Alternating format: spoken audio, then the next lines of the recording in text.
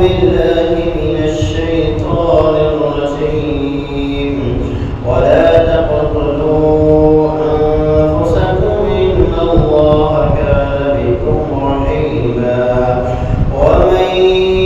يفعل ذلك عدوانا وظلما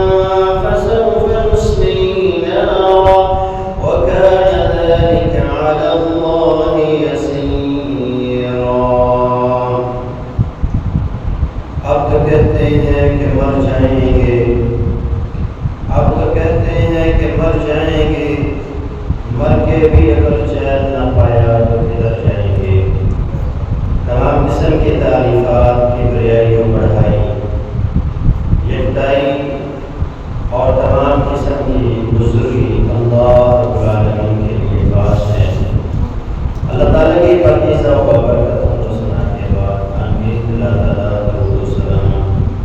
نبی رحمت جناب محمد رسول اللہ صلی اللہ علیہ وسلم کی ذات اقدس. برادران اسلام، بزرگوں، دوستوں، پردانشین، ماؤں، بہن، بیٹیوں، خطبہ مسنونہ میں 1.5 آیات سورہ نساء کی تلاوت کی گئی ہے. اس میں اللہ رب العالمین نے ایک بڑا اہم حکم امت محمدیہ کو دیا ہے. اس کا ترجمہ سماعت فرمائیں. وَلَا تَقْتُلُوا أَنفُسَكُمْ، اے امت محمدیہ کے لوگوں، اپنے آپ کو مت قتل کرو. ان اللہ کان بکم رحیما، بے شک اللہ تمہارے ساتھ بڑا ہی رحم کرنے والا ہے، محبت کرنے والا ہے.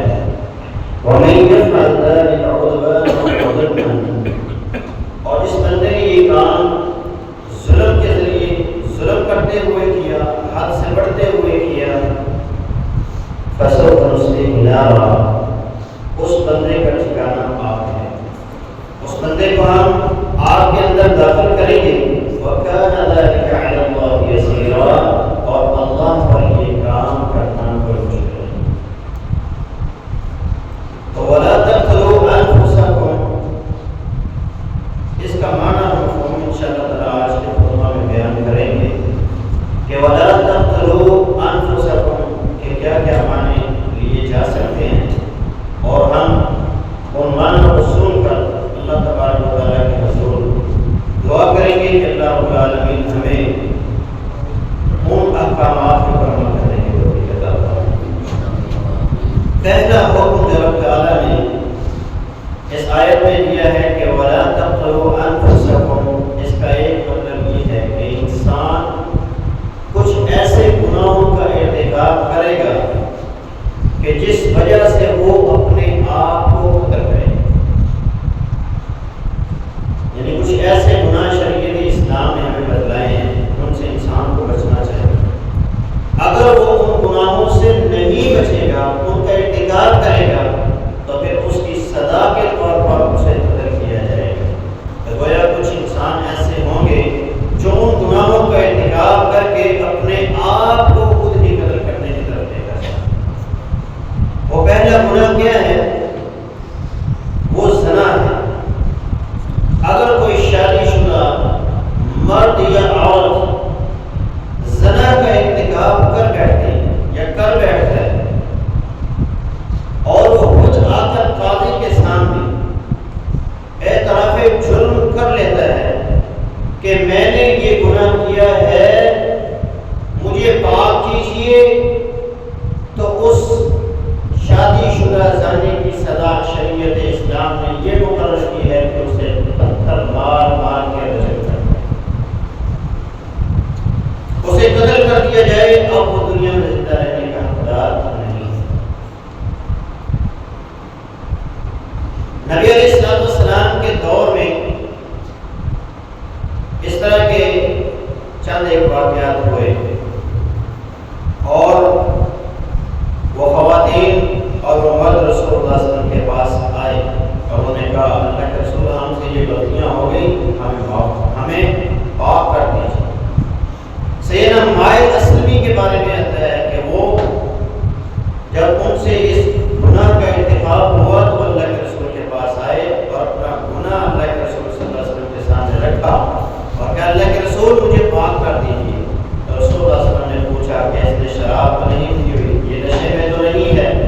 پاگل اور مجنون تو نہیں ہے۔ جب ساری تصدیق ہو گئی تو اس کے اقبال جرم پر اسے رجم کر دیا۔ اسی طرح غامدیہ خاندان کی ایک عورت کو سزا دی گئی، اس نے بھی اپنا اقبال جرم کیا، اور جب بچہ کھانے پینے کے قابل ہو گیا تو اللہ کے رسول صلی اللہ علیہ وسلم نے اس کو بھی قتل کرنے کا حکم دیا اور اسے بھی رجم کیا گیا۔ دوسری صورت یہ ہے کہ وہ زنا کرتے ہوئے پکڑے جائیں۔ ایک ہے وہ خود اپنے جرم کا اعتراف، اور ایک یہ ہے کہ وہ زنا کرتے ہوئے پکڑے جائیں اور ان پر معزز شہری، ایمان والے، صاحب بصیرت لوگ، سمجھدار دانا انسان جو اس گناہ کی نوعیت کو سمجھنے والے ہیں، وہ آ کر 4 بندے گواہی دے دیں کہ ہم نے اس کو یہ گناہ کرتے ہوئے دیکھا ہے، تو پھر بھی اس کے اوپر حد لگے گی اور حد زنا کے بدلے میں اسے قتل کیا جائے۔ تو گویا انسان جب زنا کا ارتکاب کرے گا تو اس گناہ کے بدلے میں اسے قتل کیا جائے گا۔ ایک گناہ ہے جس کی وجہ سے انسان اپنے آپ کو قتل کی طرف لے کر جاتا ہے، اور وہ گناہ ہے ارتداد، کہ کوئی بندہ اسلام قبول کر لیتا ہے اور اسلام قبول کرنے کے بعد پھر اسلام کو چھوڑ دیتا ہے، مرتد ہو جاتا ہے، پھر جاتا ہے عیسائی ہو جاتا ہے، یہودی ہو جاتا ہے، سکھ بن جاتا ہے، ہندو بن جاتا ہے، بدھ مت بن جاتا ہے، کمیونسٹ ہو جاتا ہے، کسی بھی دوسرے مذہب کے اندر وہ اپنے آپ کو لے کر چلا جاتا ہے، تو ایسا بندہ بھی اسلام کی نظر کے اندر، دین اسلام میں اسے زندہ رہنے کا کوئی حق نہیں ہے، وہ بھی واجب القتل۔ سیدنا معاذ رضی اللہ تعالی عنہ یہ حضرت ابو موسیٰ اشعری رضی اللہ عنہ سے ملنے کے لیے، یہ شام اور یمن میں دونوں نبی اسلام کی طرف سے امیر ہو کر رکھے تھے۔ تو سیدنا معاذ ملنے کے لیے آئے تو دیکھا کہ ایک آدمی کو باندھا ہوا، ابھی گھوڑے پر ہی تھے، تو فرمایا اس بندے کو کیوں باندھا گیا ہے؟ کہا اے معاذ یہ بندہ دین اسلام سے انحراف کر چکا ہے، مرتد ہو گیا ہے، ہم اس کو پکڑ کر باندھا۔ سیدنا معاذ رضی اللہ عنہ نے فرمایا ما انظر حتی یقتل فامر بقتلہ فقتل، فرمایا میں اس وقت تک اپنی سواری سے نیچے نہیں آؤں گا جب تک تم لوگ اس کو قتل نہیں کر دیں۔ تو پھر ابو موسیٰ اشعری نے حکم دیا اور اس بندے کو قتل کر دیا۔ جو بندہ دین اسلام سے انحراف کر جاتا ہے، پھر جاتا ہے، وہ بندہ واجب القتل ہے،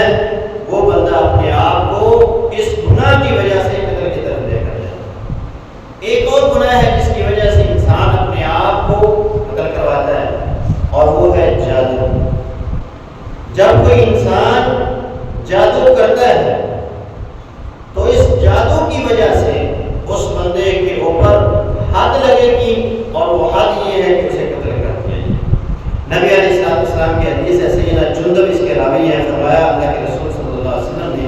حد الساحر ضربۃ بالسیف، زنا کے اندر یہ ہے کہ اسے مار مار کر، پتھر مار مار کر رجم کیا ہے، لیکن حد الساحر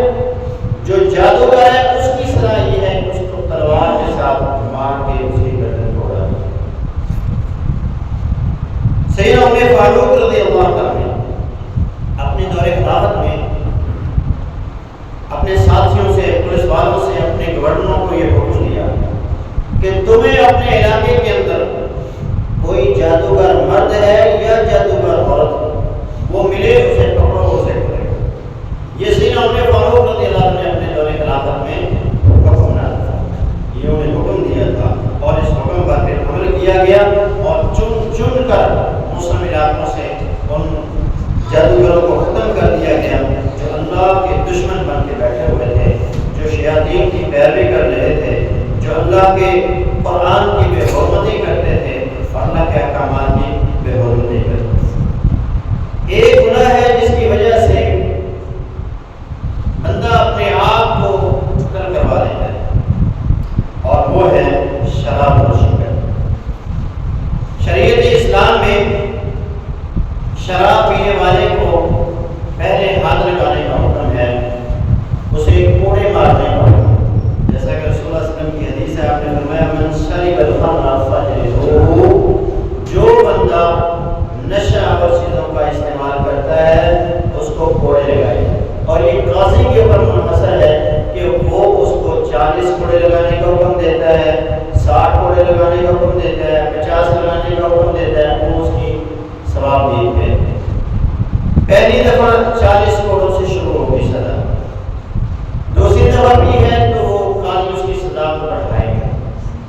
تیسری دفعہ پی ہے تو اس کو 80 کوڑے لگائے،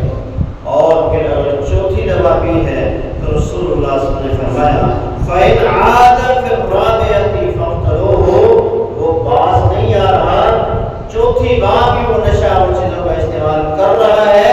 اس کو قتل کرو۔ یہ جو قتل کرنے کے احکامات ہیں یہ ہر بندے کے نہیں، یہ نہ ہو کہ بس جمعے کو خطبہ سنا باہر نکل کے تلوار پاڑنے بندوق پاڑنے جو ایسا نظر ہے اس کو مارنے۔ یہ کام حکومت وقت کا ہوتا ہے، قاضی کا ہوتا ہے، ہر بندے کا نہیں ہوتا۔ اگر ہر بندہ یہ کام کرنا شروع ہو جائے تو پھر فتنہ فساد کرتا ہوں۔ آپ جس کو ماریں گے اس کے بھروسہ آپ کو مار دیں گے، پھر آپ کے بھروسہ اس کو مار دیں گے، یہ فتنہ فساد زمین میں پھیلتا ہے۔ یہ کام حکومت وقت کا ہے کہ وہ بندہ جو بندہ ان گناہوں کا ارتکاب کرتا ہے اس پر یہ حد لگانا حکومت وقت کا کام ہے۔ اسی طرح ایک گناہ ہے جس کی وجہ سے انسان اپنے آپ کو قتل کی طرف لے کر جاتا ہے، اور وہ گناہ ہے چوری اور ڈکیتی۔ فساد فی الارض کا کوئی بندہ مرتکب ہوتا ہے، مسلم معاشرے کے اندر فساد برپا کرتا ہے، حکومت وقت کے خلاف بغاوت کرتا ہے، تو اس بندے کے خلاف حکومت وقت کارروائی کرے گی اور اس کو سزا دے گی۔ اور ان لوگوں کی سزا کیا ہے یہ اللہ کے قرآن نے بیان کی ہے، انما جزاء الذین یحاربون اللہ ورسولہ ویسعون فی الارض فسادا، ان لوگوں کی سزا یہ ہے جو اللہ اور اس کے رسول سے اعلان جنگ کرتے ہیں اور زمین کے اندر فساد برپا کرنے کی کوشش کرتے ہیں۔ ان یقتلوا، انہیں قتل کر دیا جائے، او یسلبوا، یا انہیں سولی دے دیا جائے، او تقطع ایدیہم وارجلہم من خلاف، یا ان کے ہاتھ اور پاؤں مخالف سنت سے کاٹ کر انہیں نشانے پر کرا۔ جب زمین میں فساد کرنے والوں کو کسی چوک اور چوراہے میں کھڑا کر کے ان کی گردنوں کو اڑایا جائے گا تو پیچھے کسی کے اندر یہ جرأت نہیں ہوگی کہ وہ اس گناہ کر دے گا۔ جب ان لٹیروں کو، ان ڈاکوؤں کو، ان لوٹنے والوں کو،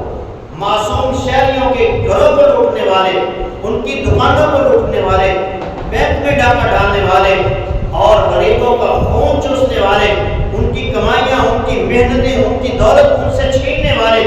ان لوگوں کو چوکوں اور چوراہوں میں کھڑا کر کے تمام لوگوں کے سامنے جب نشان عبرت بنایا جائے گا تو پھر بعد میں ان کو دیکھنے والے کبھی بھی اس گناہ کا ارتکاب نہیں۔ آپ شریعت اسلام کا مطالعہ کیجیے تو آپ کو پتہ چلے گا کہ زنا کے کیس آئے تو ایک دو،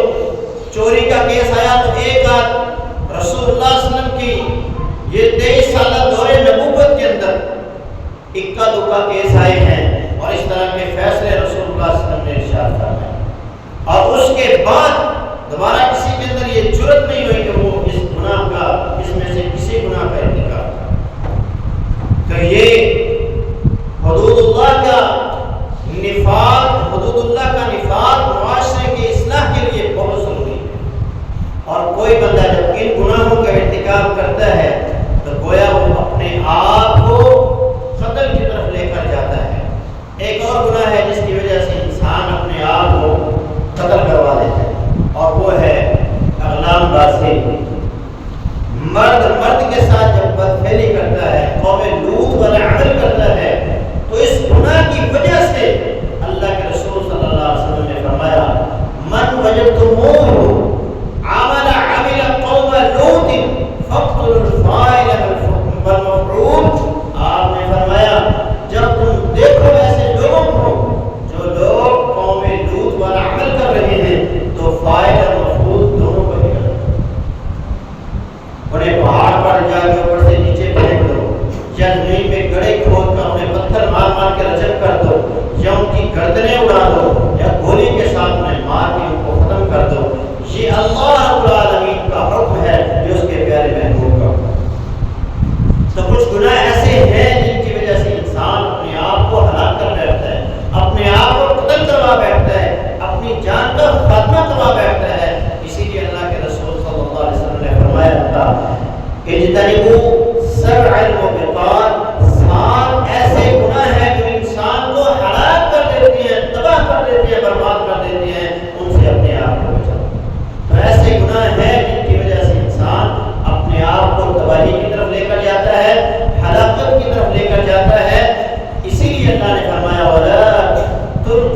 یہدیکم الی التہلکہ، اے ایمان والو اپنے آپ کو ہلاکت کی طرف مت لے کے جاؤ۔ تو انسان کو چاہیے، ایک مومن اور مسلمان کو چاہیے کہ وہ ان تمام گناہوں سے، بلکہ ہر گناہ سے انسان کو بچنا چاہیے، لیکن بالخصوص ان بڑے بڑے گناہوں سے جو انسان کی تباہی اور انسان کی ہلاکت کا باعث بن سکتے ہیں، ان سے اپنے آپ کو بچائے۔ تو اس کا پہلا معنی وَلَا تَقْتُلُوا أَنفُسَكُمْ، کہ انسان ایسے گناہوں سے اپنے آپ کو بچائے جس کی وجہ سے انسان